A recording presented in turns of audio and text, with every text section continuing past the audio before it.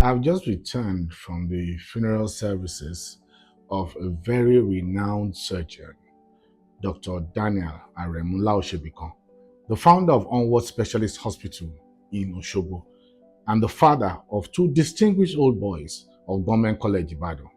Both of them, my friends. One of them, my senior in school, the other, my classmate in school.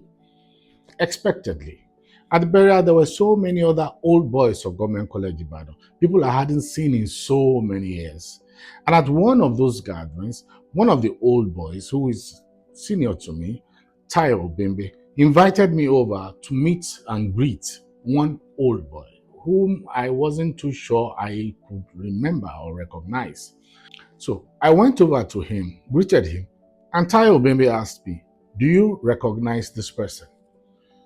Initially, I said no, but then I looked intensely at his face, and suddenly it hit me. I could remember his face as it looked 45 years ago. With that, I could remember his name, his posture, his gait, and most importantly, I remembered our story together. He didn't seem to remember, but I did. His name is Odunuga. 45 years ago, I was a very young boy in Government College Ibadan, and incidentally, I had to undergo an appendectomy operation very early in my days at Government College Ibadan. So after the operation, I was given a note to take back to school so that I could be exempted from manual duties, like I said, for just about 2 weeks, since the wound had healed before I left home. And so they felt 2 weeks after I will be fine enough to continue with all the other activities in the school. But oh, young liar that I was, I decided to scam the whole school by telling them that the exit or exemption they gave me from manual duties had no date. That the doctors had said that I would have to return, and they would use special machines to determine when the wound is properly healed enough for me to engage in any manual activity. So, of course, that brought a lot of questions because any little thing you told me to do, I'll tell you I couldn't do it. Otherwise, that wound will burst open.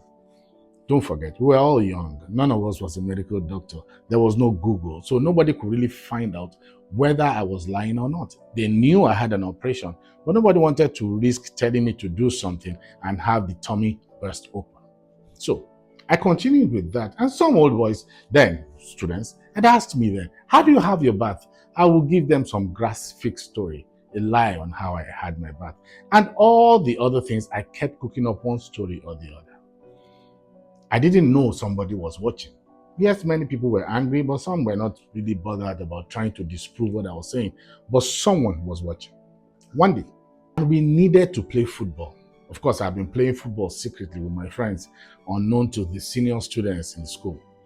So we didn't have a ball and we needed one.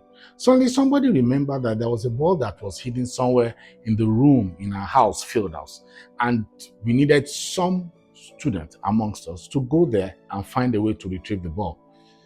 If you're an old boy of Government College Ibadan, you would know that on a Saturday, to walk yourself into the hostel and expect yourself to come out free is like a goat walking into the lion's den. Nah, the senior students will send you and send you messages and send you messages till you have no strength left in you. So nobody was willing to go.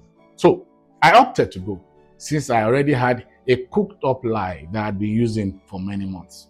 So I ran towards the hostel, and when I moved close enough, I started walking very slowly in my characteristic way of proving that I didn't want the operation to burst open.